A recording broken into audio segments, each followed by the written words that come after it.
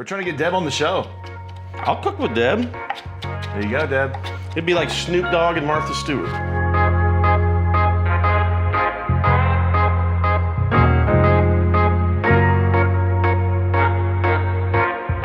Hey everybody, I'm John Hayes. Welcome to my cooking show. I'm here with Chris. We're gonna do some chicken salad today. It is world famous in 3 counties. And I cannot wait to get it started. John, what are we gonna get started with in the ingredients? I like curried chicken salad. I think chicken salad traditionally is made with mayonnaise, made with heavy cream. Yeah. And that's a lot of fat, so you wanna cut that. I like a little spice, a little heat. A lot of people think curry is a spice. It is not. A curry is a blend.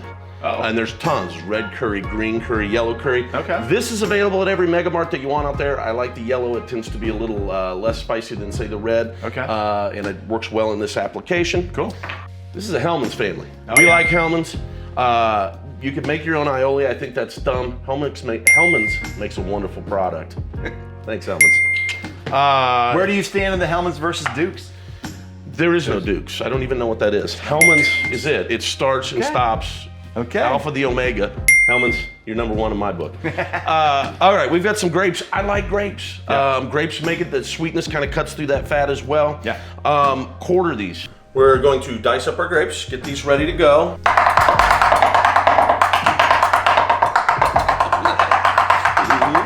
All right, now we've got grapes. Voila.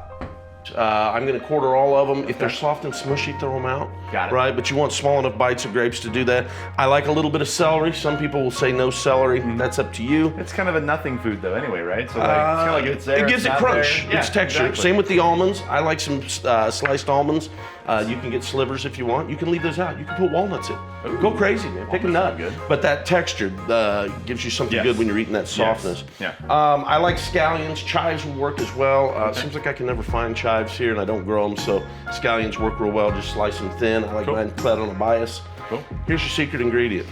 Raspberry blush vinegar. Again, Raspberry. salt, fat, acid, heat, right? Yeah. So with all the fat that we've got, we need something that'll brighten that up. That's the same thing with the parsley that I was just cutting a few minutes ago. Yeah. We're gonna add salt, we'll add pepper, but this vinegar is a very fruity, acidic flavor which cuts the fat, complements it, it makes it taste good when it hits your tongue. Chicken, the other thing that we've got, I use thighs. If you wanna use chicken breast, great, use chicken breast. Problem with the chicken breast, you get that half of a breast. It's real thick on one side, real thin on the other. You need to cut that down thin so that you've got even cooking on it. Gotcha. Chicken, I think we've got some shots of that, but I use curry and I use it generously on there. We're gonna grill that. I don't like it pan fried. I don't like anything else. I like grilled with the curry on it. Really tastes well. Nice. But I prefer thighs. Thighs taste like what chicken used to taste like. Any youngsters watching this? Chicken today from the grocery store doesn't taste like chicken used to taste. Croissants, flaky croissants.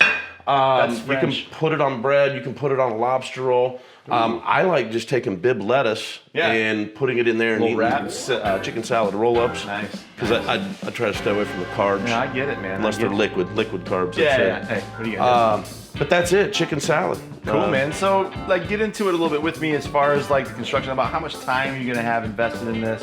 It looks like a pretty simple, quick dish. What do you think? About an hour, maybe less? Dicing the grapes took 10 minutes. Dicing some celery. I mean, I had 30 minutes prepping this. We're gonna have maybe 10, 20 cooking on the grill, and then mix everything together. It's better if you let it sit for a day. Everything's better if you let it sit for a little while. It marries, it gets in there, dances together. Yep. But yeah, really, you could whip this up in an hour. Cool. All right, cool. All right, so let's get started with the grill then. All right, let's hit the grill. From here. Always make sure you keep your grill clean, folks. Because the wise man once told me, you gotta take care of the things that take care of you. But this grill, it's the workhorse. It's the charbroil. Nice. The workhorse of the industry. Sure, you've got Traegers. You've got all that stuff. And Traeger, I would love to try one of your products. We can put them on here. But for now, it's the charbroil workhorse.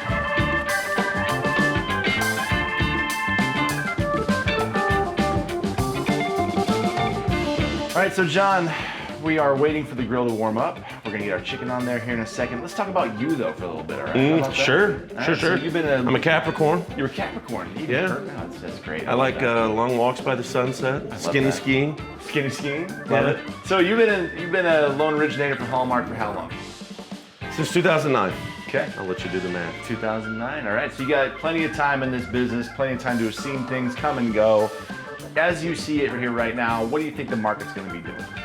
I think that housing supply is still going to be low. I think home values are going to stay. I don't think they're going to stay constant. I don't think we're going to have a drop in home values. I don't think we're going to continue to see 15, 20% appreciation year over year. The buying power is lower right now. But I think that home prices are going to remain solid. I think that the next 6 months are going to be the best time to buy a house out of any time over the next 2 years. So I think people that are on the fence should get out there and go. Yeah. I think rates will be a little higher by the end of this year. But still not, high from a standpoint of historic. No, they're going back to where they should be, right? Yeah. They've been artificially low, which was great. Yeah. But that's part of our problem with supply right now. People bought more house than they normally would because rates were at 2.5%, 3%. Right. Yeah. So rates are going up. They should be at 6, 7%, right? They should be in that range, and that's a normal range. If you take the last 8 years out with the housing bubble that in housing crash, the market crash from 08. I still think it's going to be a very good time to buy a house. I still think a house is the best investment that you can make. The other line my grandfather told me when I was a kid, he said, "Son, the only way the common man ever builds wealth is with real estate." Nice. And you build wealth by owning. I love that. All right, you ready to grill this? Let's do this. Get some grilling. This workhorse heats hot at the back, not side to side. It's hotter in the back than it is in the front. Okay. So everybody has their own grill. Everybody's grill's a little different. That's why you don't just jump on another man's grill and start grilling. I agree. So, talk to me. Home ownership. What does that mean for the people that you work with? When you see them getting their first home, like what is the most rewarding part of all that journey for you? It's knowing that you're helping people. I remember not being in the industry not too long, and young mother was referred to me with her daughter, and getting her through there, telling her, yeah, this is going to work, and then sitting down with her at the closing, and the daughter has drawn me a picture, and she's crying, the mom's crying, giving me a hug, going, I never thought this would be possible. That's touching, that makes you feel good to know that you've helped somebody create a home, not just in an apartment. And I've lived in apartments, nothing wrong with renting, but to help somebody move along their financial path, to help them try to build wealth, that's a beautiful thing. All right, everybody, we're cutting up chicken. I like a nice, 1/4-inch dice on it. There you go. Quality assurance is important. What is your preferred knife? I've got several different styles. This is a Wusthof. The thing for me is the right knife for the right job. Yeah. Right? So I'm dicing up chicken. This one, I've got a knife. One I was using earlier. This is a German or Japanese model. Okay. But it's good for small dice, things like that. Kuma. Gotcha. And they stay really, really, really sharp. Mm-hmm. I think it needs that. All right, chicken is chopped. So what do I got here? I've got about maybe 3 cups of chicken, 2.5 cups of chicken. Yeah. I don't really have measurements on this. I kind of put it in to taste. Yeah, so how do you get around all that? How do you know how much to put in? What do you do? So I don't bake a lot because baking is a science. Right. And I'm not very scientific, but cooking's to taste. Mm-hmm. I can tell you the approximate measurements on this. I've got maybe, like I said, 3 cups of chicken there. I'm gonna put in probably cup and a half of grapes. I'm adding mayonnaise, maybe a 1/2 cup of mayonnaise. But if it looks, I'm gonna put it in small amounts and I'll put it until it looks right. I say get out there and have fun with it. Just try it out. You don't want your chicken salad runny, right? But you also want it to be creamy and nice, right? So just let flavor be your guide. What's your flavor be again? I like grapes personally because I think it really goes well with that curry. Yes. So we'll put that in. I like some scallions. So let's go.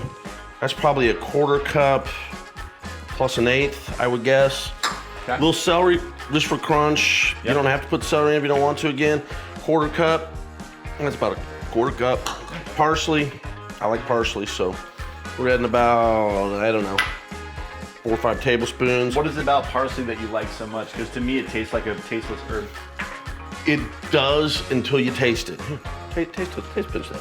Put it in your mouth. It's got a little peppery flavor to it. It tastes like the outdoors. It gives it just a little herbaceousness. Herbaceousness. Uh-huh. We're gonna put that down below. A little vivacity. Vivacity. Into your food.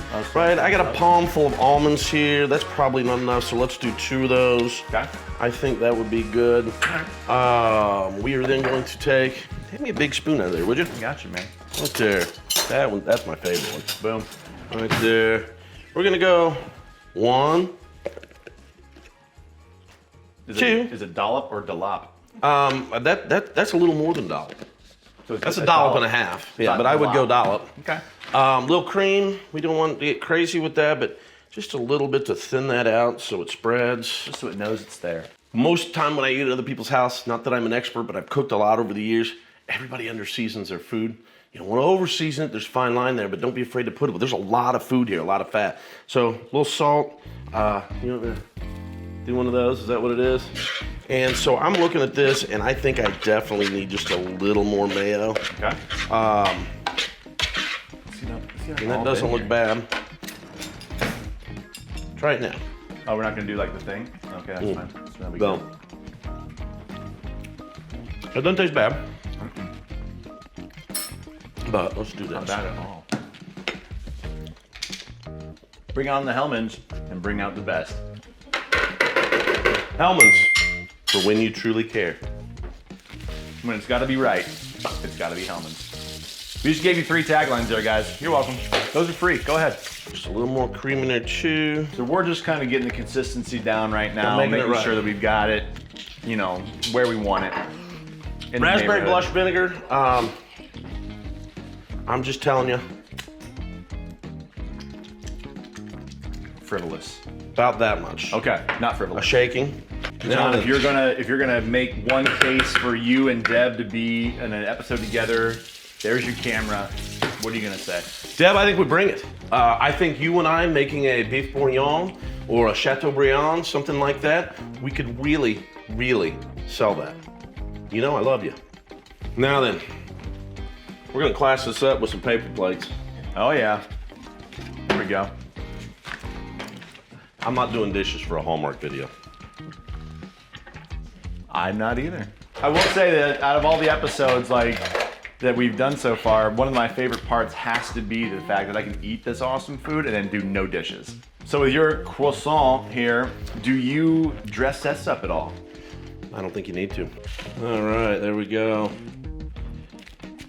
Chris is a big boy. He likes the money scoop right there, the little extra on top. Boom. Yep.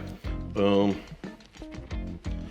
Boom. That's the scoop for people who are working out but don't really want to work out that hard. A summer dish. Always needs a little chips to go with it. Here in Indiana, we eat Mike Sells, a local brand with great flavor and value. Since creating deliciousness since 1910, guys. What more do you need? All right, you ready to try bite? I am. All right, sir. Let's get to it right now. Cheers, sir. Cheers.